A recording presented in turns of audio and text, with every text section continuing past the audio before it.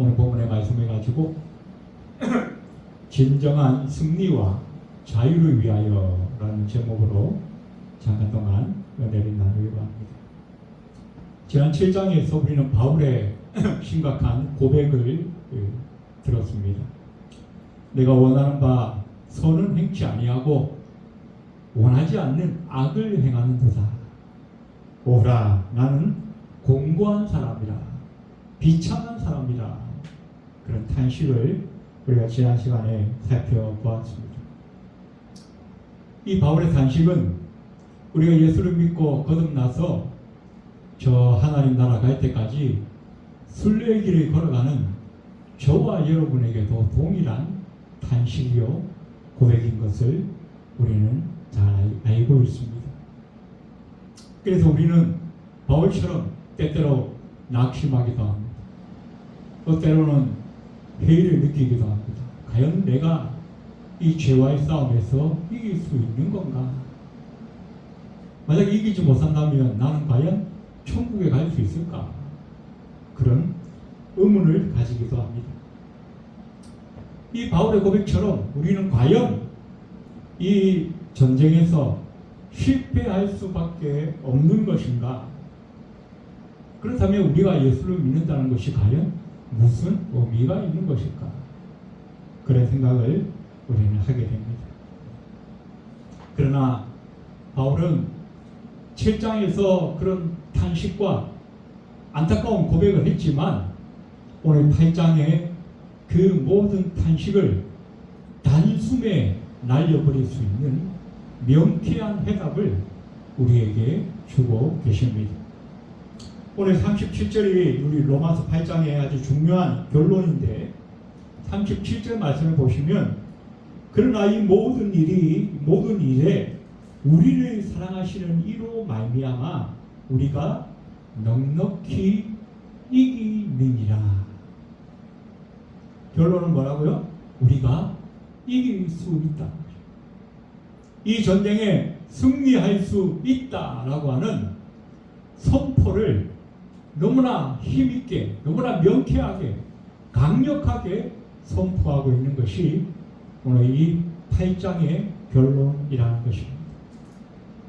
한마디로 이제 우리는 더 이상 이 죄로부터 인한 전쟁에서 패배하고 또 그 패배 때문에 오는 이 실패감과 정죄감과 이런 것들 때문에 시달릴 필요가 없다는 겁니다. 우리는 그리스도 안에서 진정한 승리를 얻을 수 있고 진정한 자유를 얻을 수 있다. 그것이 바울의 고백이요 성경의 선언인 것을 우리는 알게 됩니다. 그래서 오늘 본문에서 바울은 너희가 이제부터 이 정죄의식, 이 패배의식에서 벗어나라, 탈출하라, 자유로우라 라고 선포합니다. 그러면서 그 근거를 왜 우리가 이 패배의식에서, 이 실패의식에서, 이 사탄 마귀가 주는 정죄의식으로부터 자유로워야 하는가에 대한 그 근거를 우리에게 분명하게 몇 가지로 말씀해 주고 있습니다. 자, 첫 번째 그 근거는 무엇인가? 오늘 1절에 보시니까 그러므로 이제 그리스도 예수 안에 있는 자에게는 결코 정죄함이 없나니. 저와 여러분에게는 이제는 더 이상 정죄가 없다는 겁니다. 이 정죄라고 하는 헬라어에 보니까 카타크리마, 이 원형이 이렇게 크리노라고 하는 단어입니다. 이 크리노라고 하는 것은 이 법정적인 용어, 재판 용어입니다. 당신은 이런 죄를 지었기 때문에 징역 10년에 처한다. 마지막 그 사람의 죄를 확정하고 그 죄에 대한 벌까지 선고하는 그 마지막 그 과정을 크리노, 정죄한다, 판정을 내린다.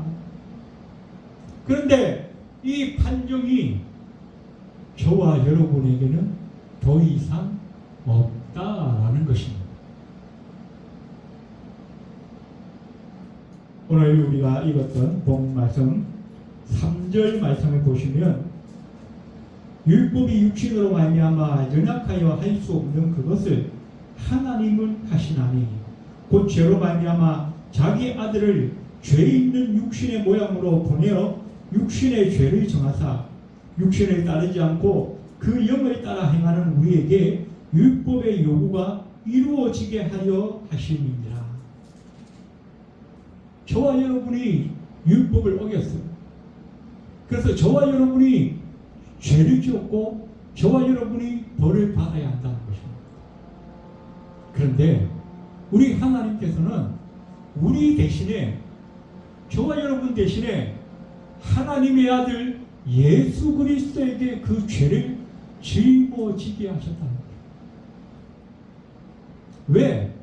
우리는 도저히 이 문제를 해결할 수 없기 때문에 우리 인간은 전적 부패하여서 죄로부터 싸울 수도 없고 이길 수도 없고 벗어날 수도 없는 존재라는 거죠. 그래서 우리 인간을 너무나 사랑하셨던 하나님께서 대신 방법을 정하셨는데 그 방법이 뭐냐? 우리 인간의 육체와 동일한 육체를 입고 하나님께서 오셨어요. 우리 인간의 육체를 대신해서 제물로 하나님 앞에 드려주시는 방법. 우리가 구약에 보면 구약에는 수천 년 동안 이스라엘 백성들이 제단을 드렸지 않습니까? 짐승을 잡아서 그 피를 번제단에 바르고 제단에 바르고 뿌리고 그렇게 해서 하나님께서 그 피를 보시고 그 사람의 죄를 사해 주시겠다. 수천 년 동안 했습니다. 매일매일 반복했습니다. 해마다 반복했습니다. 그럼에도 불구하고 근본적인 그 죄의 문제는 해결되어지지가 않았어요. 반복한다는 것 자체가 뭡니까? 그 제사가 온전하지 못하다는 거예요. 완전하지 못하다는 거예요. 어제 드린 그 제사 가지고 오늘의 죄를 사할 수가 없다는 겁니다. 아침에 드린 제사 가지고 저녁에 지은 죄를 해결할 수 없다는 겁니다. 왜? 우리는 돌아서면 또 죄 짓는 존재이기 때문에. 그래서 어떻게 해요? 완전한 그 죄사를 위해서 우리 예수님께서 친히 우리의 인간의 죄를 담당할 수 있기 위해서는 인간의 몸을 입고 제물로 드려져야 한다. 짐승의 제사 가지고는 불완전해서 그 인간의 죄를 완전히 해결할 수가 없다는 겁니다. 단지 구약시대에 하나님께서 모형으로 그냥 상징적으로 너희가 이런 식으로 죄를 사해라 라고 허용은 하셨지만 근본적인 문제가 해결되지 않는 거예요. 그래서 하나님께서 마지막 방법, 가장 결정적인 방법, 그래서 히브리서에 보면 우리 주님께서 자기 몸을 단번에 들이심으로 단 한 번의 제사로 우리 모든 인간의 죄를 사하시는 방법. 하지만 너무나 큰 희생을 치러야만 했다. 온 하늘이 어두워지고 땅이 무너지고 바위가 터지는 그런 아픔을 겪어야만 했던 그 하나님 아버지의 희생을 통해서 저와 여러분에게 이 정죄로부터 자유하게 되어지는 그리스도의 죽으심이 허락되어졌다는 것입니다. 그 주님께서 죽으셨기 때문에 저와 여러분에게는 이제는 더 이상 뭐가 없어요? 정죄가 없다. 또 우리가 이 정죄의식에 사로잡힐 필요가 없는 또 하나의 이유는 무엇인가? 오늘 2절에 보니까 그리스도 예수 안에 있는 생명의 성령의 법이 죄와 사망의 법에서 너를 해방하였습니다. 자, 우리나라도 이제 건국 이후에 한 7, 80년 이렇게 지나다 보니까 법이 많이 바뀌었어요. 지금 이제 뭐 여러 가지 법이 바뀌었는데 최근에 들어서 그 상간죄 뭐 바람 피우다가 간통죄, 간통죄가 없어졌어요. 서로 바람 피우고 막 이렇게 딴 사람 차리고 해도 죄가 안 된다는 거예요. 참 희한한 법을 다 바꿨어요.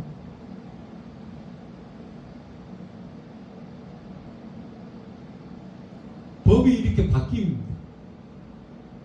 그러면 이전에 있던 법은 이제 더 이상 효력을 나타내지 못합니다. 새로운 법에 적용을 받으면서 사람들이 살아가는 거죠. 저와 여러분도 이제 마찬가지입니다. 이전에는 율법, 행위법, 의식법, 무엇을 하면, 무엇을 안 하면 죄다 그랬는데 이제는 저와 여러분에게 새로운 법이 적용되기 시작했다는 것입니다. 그게 뭡니까? 생명의 성령의 법.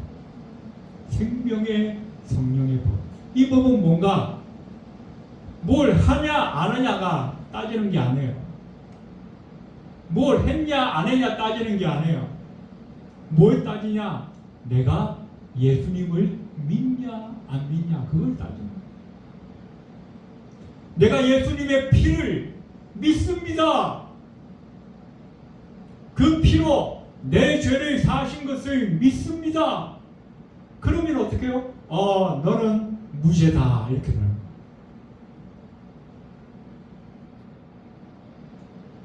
아무리 착하고 아무리 윤리적이고 아무리 도덕적으로 잘 살았다 하더라도 남한테 손끝만큼도 잘못을 저지르지 않고 아주 그냥 정말로 법대로 살았다 할지라도 나는 예수님을 믿지 않습니다. 그러면 너는 유죄다 이렇게 됩니다.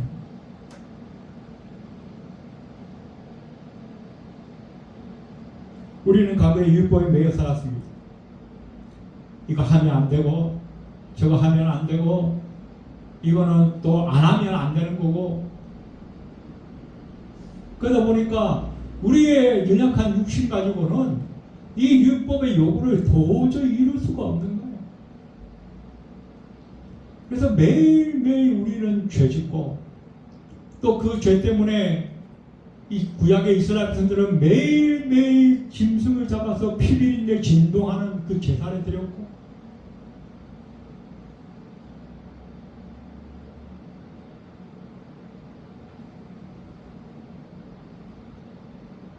자, 그런데 여기서 한 가지 우리가 생각할 게 있어요.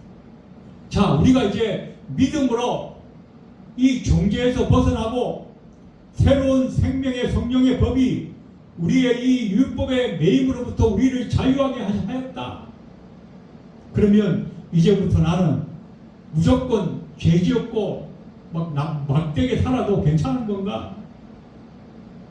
왜? 주님께서 내 죄를 다 해결하셨으니까.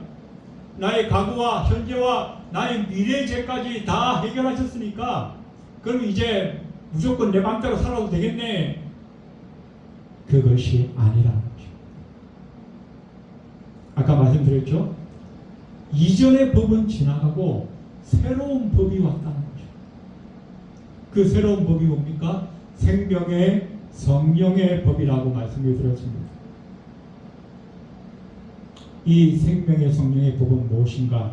우리를 하나님의 은혜 아래로 이끌어가는 법이라는 것입니다. 하나님의 말씀 아래로 이끌어가는 법. 하나님의 뜻과 선하신 섭리 아래로 우리를 이끌어가는 법입니다. 내 마음대로 사는 게 새 법이 아니고 하나님의 주권에 따라서 하나님의 뜻에 우리가 반응하고 하나님의 뜻을 이루기 위해서 노력하게 되어지는 법, 그것이 생명의 성령의 법이라고 우리에게 말씀하고 있습니다. 그런데 재미난 것은 오늘 4절에 보시면 육신을 따르지 않고 그 영을 따라 행하는 우리에게 율법의 요구가 이루어지게 하려 하시는 겁니다.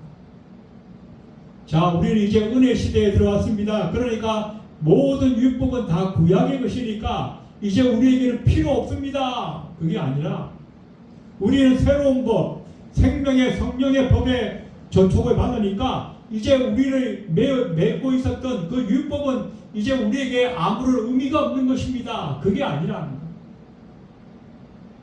제가 예전에 우리 지난 시간인가 한번 말씀을 드렸습니다. 우리가 누군가를 사랑하게 되면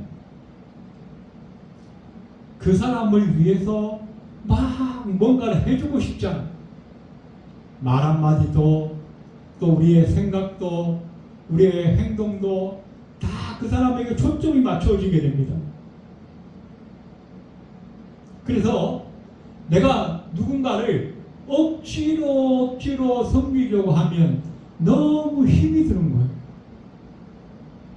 자, 그 사람이 나에게 예를 들면 우리 회사의 상관이라고 합시다.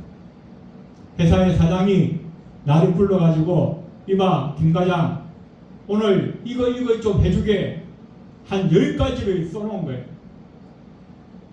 그런데 이 사람이 너무 자기 할 일도 바쁜데 따로 시간을 내서 그 사장님이 시킨 그 10가지를 하려고 하니까 너무 힘이 들고 억지로 하는 거예요.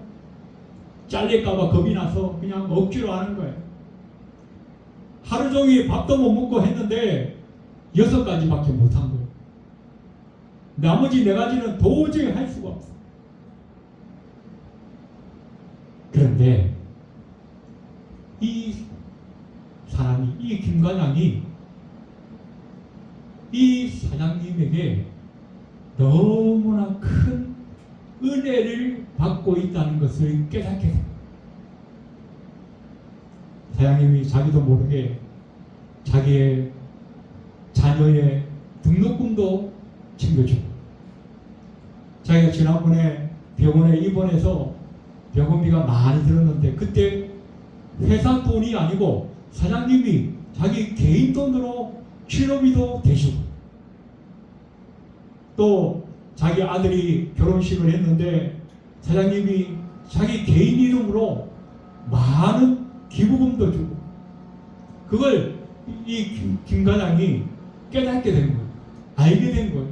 아니 우리 사장님이 이렇게 했네? 그러면 어떻게 해요? 그때는 마음이 달라져. 아, 내가 우리 사장님에게 은혜를 좀 갚아야겠다. 그러면 10가지를 시켰어요. 그럼 어떻게? 자기 일을 좀 제쳐놓고라도 이 사장님의 일을 먼저 하려고 합니다. 할 수만 있으면 시킨 것보다 더 하려고 하게 돼요. 그러다 보니까 어떻게 해요? 하루 종일 똑같이 밥을 못 먹고 열심히 했는데 결국 그 10가지를 다 이루게 되었다는 거죠. 우리가 하나님께 받은 은혜를 생각하게 된다면 그 이전에 우리가 율법을 지킬 때는 아 이것도 하면 안 돼, 저것도 하면 안 돼, 저거는 꼭 해야 돼 의무감에서 하다 보니까 5개도 지키지 못하고 6개도 지키지 못하고 이랬는데 내 속에 들어온 생명의 성령으로 인도함을 받다 보니까 하나님에 대한 은혜가 우리 마음속에 날마다 넘쳐나는 거예요.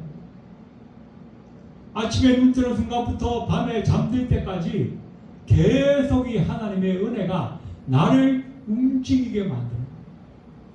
아, 하나님이 기뻐하신다면 이것도 내가 좀 해야지. 아, 이게 내가 이렇게 하면 하나님이 좋아하실 거야. 그래, 나도 이번에는 이것도 좀 해야지. 그러면서 이전에는 누가 시켜서 억지로 하게 되었는데 이제는 어떻게 해요? 내가 내 자발적으로 하게 되어진다는 거죠. 그래서 바울이 뭐라고 했습니까? 빌립보 2장 13절에 보니까 너희 안에서 행하시는 이는 하나님이시니 자기의 기쁘신 뜻을 위하여 너희에게 소원을 두고 행하게 하시나니. 우리가 은혜 받고 나면 우리 마음에 제일 먼저 오는 게 뭡니까? 하나님께서 주시는 소원이 있다. 그 소원은 아이고 내가 공부 열심히 해서 서울대 가가지고 큰 소리 뻥뻥 치며 살아야지, 돈 많이 벌어서 남들보다 목에 기부스 주고 기부스 한 것처럼 꼿꼿하게 교만하게 콧대 부리면서 살아야지, 아니면 내가 돈 많이 벌어가지고 늘 큰 아파트에 좋은 차 타고 다녀야지. 그런 소원이 아니야. 그런 소원이 아니라 내가 어떻게 하면 하나님이 기뻐하시는 것들을 좀 할 수 있을까? 내가 어떻게 하면 저 열방에 가서 선교를 좀 할 수 있을까? 내가 어떻게 하면 저 복음을 복음을 듣지 못하는 자들에게 복음을 좀 전해서 하나님의 백성으로 좀 만들어 올 수 있을까? 그런 소원들이 우리 안에서 막 일어나기 시작합니다. 오늘 6절에 보니까 이렇게 말씀합니다. 육신의 생각은 사망이요 영의 생각은 생명과 평안입니다. 우리 안에 성령이 오심으로 말미암아서 우리 속에 있던 육의 생각은 다 떠나가게 되고 영의 생각, 생명을 살리고 하나님과 우리가 화목하고 그 화목과 평안으로 말미암아서 우리의 삶에 풍성한 은혜가 임하는 그런 놀라운 삶으로 우리가 변화되어져 간다는 것입니다.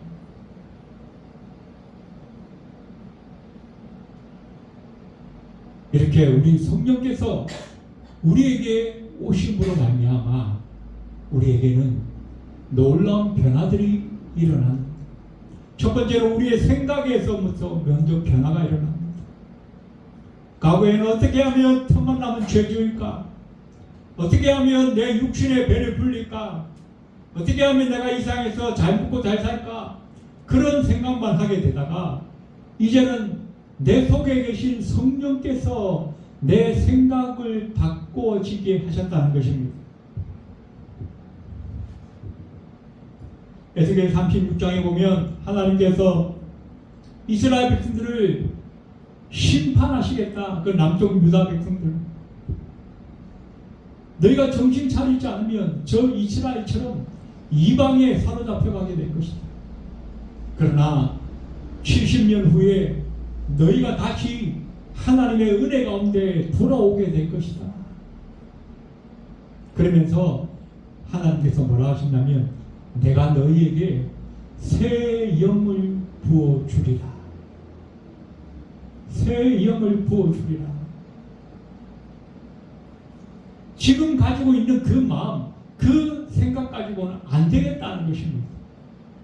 그래서 하나님이 주시는 마음, 하나님이 주시는 그 영, 성령이 우리에게 오시면 우리에게 제일 먼저 생각이 바꾸어진다는 거죠.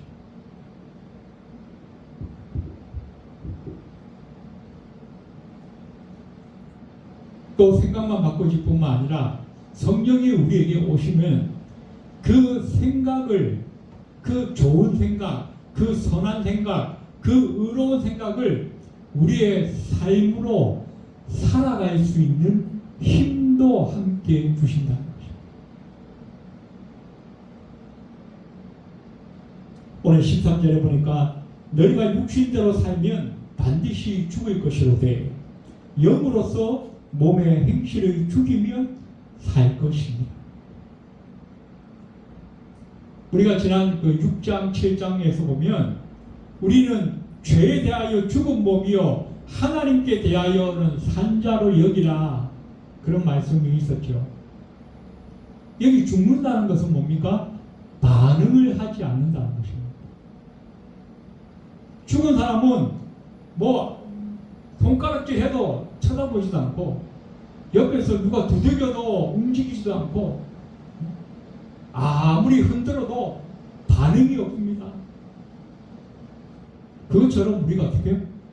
육에 대해서는, 죄에 대해서는, 이 세상에 대해서는 죽은 자처럼 여기라. 야, 이번에 어디 좀 놀러 좀 가자. 야, 이번에 좀 나쁜 짓 좀 해보자. 요즘 그 딥페이크가 유행이라는데 우리도 한번 해보자. 그렇게 유혹이 올 때 어떻게 해요? 나는 죽었다. 나의 옛사람은 죽었다. 이제는 내가 새로 태어났다. 무엇을 향해? 하나님을 향해. 성령의 인도함을 받는 자로 하나님의 사람으로 나는 새로 태어났다. 그러니까 너는 꼼짝하지 마.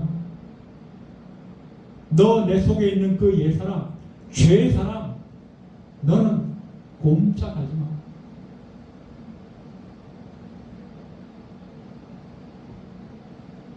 이렇게 우리가 우리 속에 있는 그 옛사람을 죽이게 되면 내 안에 있는 성령께서 내 속에 있는 그 새 사람을 마음껏 움직이셔서 내 생각과 내 의지대로 하나님의 선을 향하여 나아갈 수 있도록 우리를 이끌어 가신다.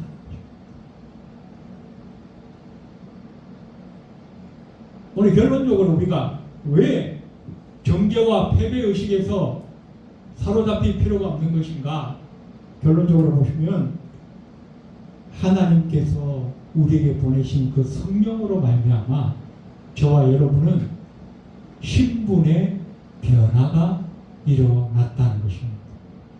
오늘 15절에 보니까 너희는 다시 무서워하는 종의 영을 받지 아니하고 양자의 영을 받았으므로 우리가 아빠 아버지라 부르느니라. 구약의 이스라엘 백성들은 이 거룩하고 전능하신 그 하나님의 이름을 감히 부르지 못했습니다. 구약의 하나님의 이름이 여러 가지로 나오죠.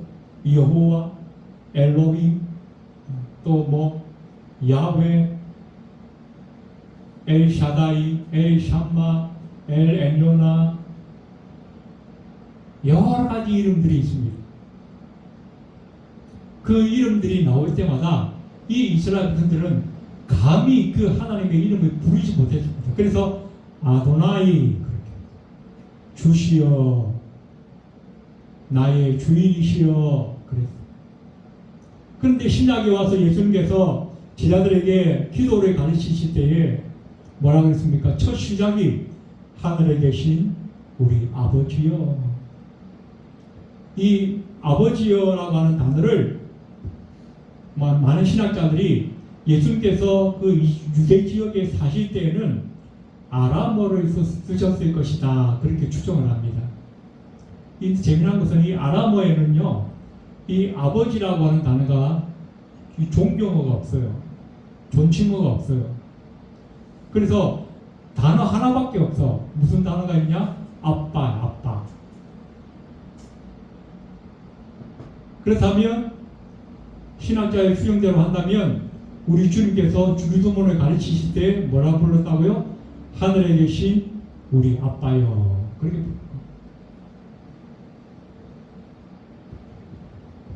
이게 어떻게 가능한가?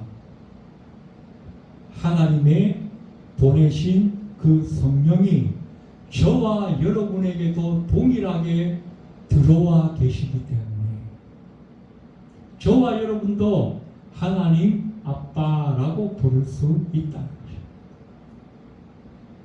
이것은 무슨 말입니까? 저와 여러분의 신분이 바뀌어졌어요.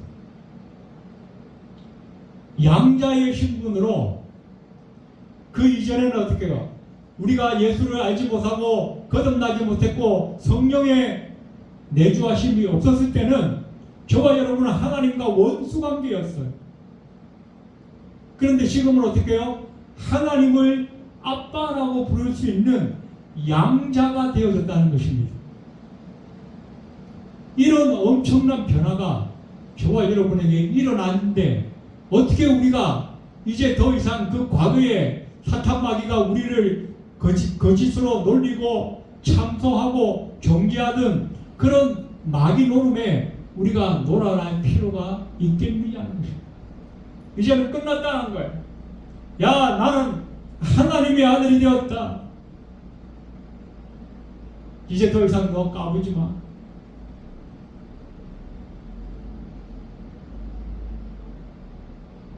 마지막으로 한 가지만 말씀을 드리고 오늘 말씀을 정리합니다. 오늘 17절에 보시면 자녀이면 또한 상속자 곧 하나님의 상속자요 그리스도와 함께한 상속자니 우리가 그와 함께 영광을 받기 위하여 고난도 함께 받아야 할 것입니다. 우리가 진정으로 그리스도인으로 거듭난 사람이라면 우리에게는 다른 건 없어도 반드시 두 가지가 있어야 합니다. 그것은 우리 남은 생에 날마다 내가 예수님을 닮아가야 합니다. 내 삶도, 내 인격도, 내 생각도, 나의 습관이나 버릇까지도, 나의 취미도, 나의 모든 것이 예수님을 좀 닮아가야겠다. 그 길을 곧 우리는 성화의 길이라고 부르는 것입니다. 날마다 주님을 닮아가는 것. 또 한 가지가 있다면 그리스도의 남은 고난을 내 육체에 채운다고 했던 바울의 고백을 우리는 분명하게 기억해야 합니다. 많은 그리스도인들이 십자가 없는 영광만, 고난 없는 영광만을 바라다 보니까 우리 한국 교회가 너무나 맛을 잃은 소금이 되어버리고 말합니다.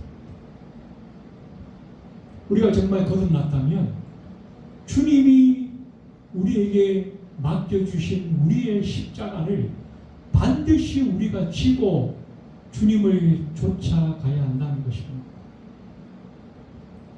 이 성화와 고난에 대해서 우리가 열린 마음이 없다고 한다면 우리가 과연 거듭난 것이 맞는지에 대해서 우리는 다시 한번 점검해 보아야 합니다.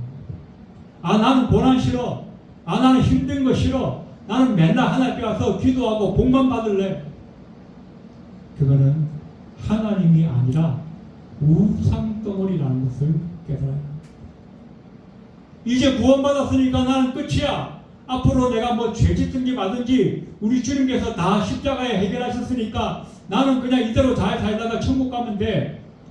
그런 사람은 앞으로 가는 그 곳이 천국이 아니라 지옥일 수도 있다는 사실을 우리는 두려운 마음으로 깨달아요. 오늘 이 말씀을 우리가 늘 기억하셔서 우리 남은 생에 주님의 그 고난에 동참하고 우리의 남은 이 성화의 길을 열심히 꿋꿋하게 잘 걸어가서 마지막 날 우리 주님과 함께 영원한 천국에서 평안과 안식을 누릴 수 있는 저와 여러분이 다 되시기를 주님의 이름으로 축원드립니다. 기도드리겠습니다. 고마우신 하나님 은혜를 감사합니다. 우리 앞에 놓인 이 성화의 길을 날마다 꿋꿋하게 믿음으로 걸어갈 수 있도록 우리와 동행하여 주시고 또 우리의 삶의 순간순간 찾아오는 그 주님께서 우리에게 허락하신 그 십자가의 고난을 기쁨으로 달게 받을 수 있는 믿음이 우리에게 있게 하시고 또한 그 고난에 동참함으로 말미암아 먼 훗날에 우리가 하나님 나라 가서 받을 그 영광도 함께 누릴 수 있는 우리 모두가 될 수 있도록 하나님 역사하여 주시옵소서. 예배를 마치고 돌아가는 발걸음 위에도 함께하여 주옵소서. 예수님의 이름으로 간절히 기도드립니다.